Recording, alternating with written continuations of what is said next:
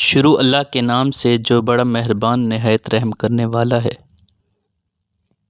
نہج البلاغہ خطبہ نمبر 6۔ جب امیر المومنین علیہ السلام کو یہ مشورہ دیا گیا کہ آپ طلحہ و زبیر کا پیچھا نہ کریں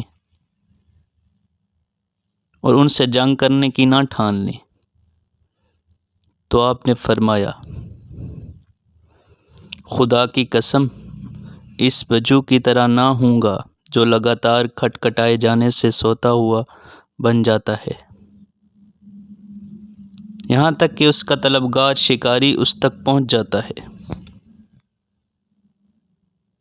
اور گھات لگا کر بیٹھنے والا اس پر اچانک قابو پا لیتا ہے۔